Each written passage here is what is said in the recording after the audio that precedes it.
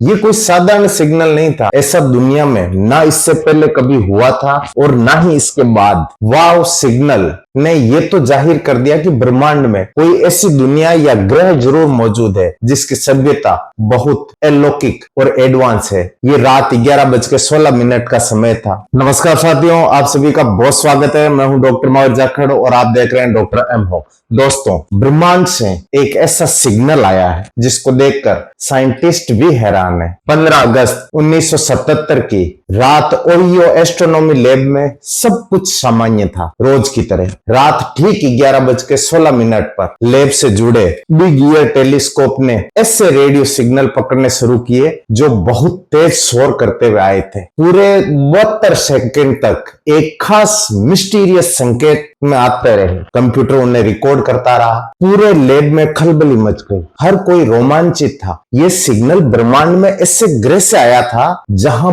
बहुत intelligent aliens रहते थे। हालांकि दुनिया भर के साइंटिस्ट लाख कोशिश के बाद भी 45 सालों में भी ये पता नहीं लगा पाए कि ये कैसे और कहां से आए। हैरानी ये भी है, इस तरह से इतने साफ और पावरफुल मैसेज दोबारा कभी क्यों नहीं आए। इसे वाव सिग्नल मैसेज के रूप में जानते हैं। ये सिग्नल जिस तरह आया उससे साफ जाहिर था कि इसको जहां से भेजा गया उस ग्रह के लोग बहुत उन्नत सभ्यता वाले हैं। ऐसे सिग्नल वही भेज सकता है जो तकनीकी तौर पर बहुत आगे हो, और ये ऐसा रहस्य बना हुआ है जिसे इतने सालों में भी वैज्ञानिक नहीं सुलझा सके। तब ओहियो यूनिवर्सिटी के लैब में वैज्ञानिक मौजूद था। वो तो इस सिग्नल को पाकर हैरान था, क्योंकि ये ऐसी घटना थी जो उसके समझ से बाहर की थी। ऐसा दुनिया में ना इससे पहले कभी हुआ था और ना ही इसके बाद। वाव सिग्नल ने ये तो जाहिर कर दिया कि ब्रह्मांड में कोई ऐसी दुनिया या ग्रह जरूर मौजूद है जिसकी सभ्यता बहुत अलौकिक और एडवांस है। ये रात 11:16 का समय था। तभी रेडियो टेलीस्कोप पर यह चौंकाने वाला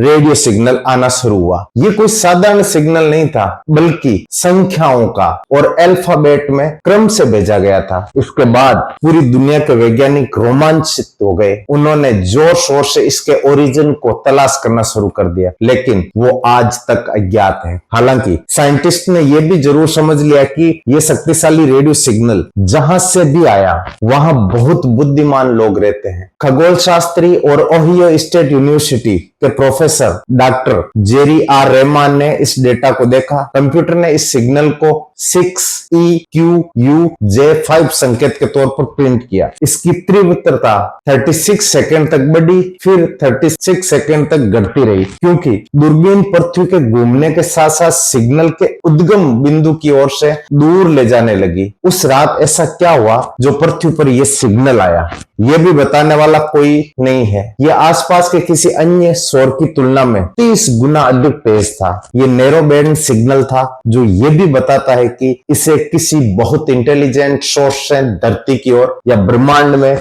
ग्रहों के लिए भेजा गया था। जानते हैं उस रेडियो टेलीस्कोप के बारे में जिसने इस सिग्नल को रिकॉर्ड किया। उसका नाम द बिग ईयर था। अगर आप उसके ऊपर की देखें तो टेलीस्कोप खास तरह का था और कई फुटबॉल मैदानों के आकार के बराबर का था। उसके दोनों ओर से लंबे एंटीना लगातार घूमते थे। उस दूरबीन का निर्माण 1971 में पूरा हुआ। इसे 1973 में पहली बार चालू किया गया। बिग ईयर एक क्रॉस प्रकार का रेडियो टेलीस्कोप है जो एक झुकाव वाले फ्लैट रिफ्लेक्टर पैनल के किरणों की एक निश्चित परलेविक आयत पर प्रतिबिंबित करता है, जिसकी माप 110 मीटर और 21 मीटर है। रेडियो फ्रीक्वेंसी का इस्तेमाल संदेश को भेजने के लिए किया जा रहा है। दुनिया के साइंटिस्ट भी, उनको भी लगता है ब्रह्मांड में ऐसे एलियंस जरूर मौजूद है जो विज्ञान और तकनीकी के हिसाब से बहुत सक्षम है। 1973 से 1995 तक बिग ईयर का उपयोग अलौकिक रेडियो संकेतों की खोज के लिए किया गया, जिससे यह इतिहास में सबसे लंबे समय तक चलने वाली SETI परियोजना बन गई।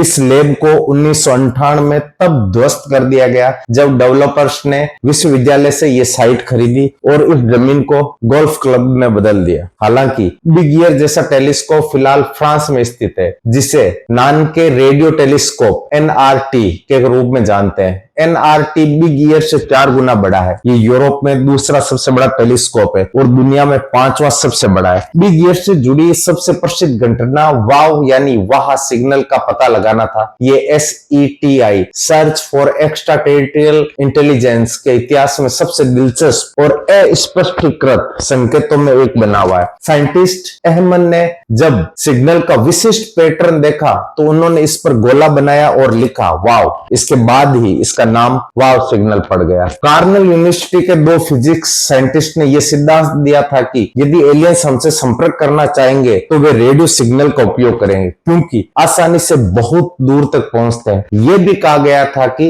एलियंस अपना संदेश 1420 मेगाहर्ट्ज पर भेजेंगे, क्योंकि हाइड्रोजन परमाणु उस फ्रीक्वेंसी पर सुनाई देंगे और हाइड्रोजन ब्रह्मांड में सबसे आम तत्व है। फिर ऐसा सिग्नल नहीं आया दोबारा। इसका पता लगाने की बहुत कोशिश हुई, लेकिन वाव सिग्नल फिर कभी नहीं देखा गया। ये अब भी वैज्ञानिकों के लिए एक अनसुलझा रहस्य है, लेकिन यह भी बताता है कि ब्रह्मांड में हम अकेले नहीं है। शायद हमसे ज्यादा इंटेलिजेंट सभ्यता कहीं आबाद है। वाव सिग्नल वैज्ञानिक समुदाय के भीतर लंबे समय तक बहस का विषय रहा। हालांकि यह सवाल भी जायज है कि अगर कोई इंटेलिजेंट हमसे संवाद करना चाहते थे तो उन्होंने दोबारा ऐसा क्यों नहीं किया। बाकी दोस्तों, आपको क्या लगता है इसके बारे में? आपका क्या सोचना है? क्या वाकई में कोई इंटेलिजेंट सभ्यता मौजूद है इस ब्रह्मांड में? कमेंट करके जरूर बताएं। वीडियो पसंद आया हो तो चैनल को सब्सक्राइब करें और लगे हाथ लाइक और शेयर भी कर दें। आप अपना बहुत ख्याल रखिएगा।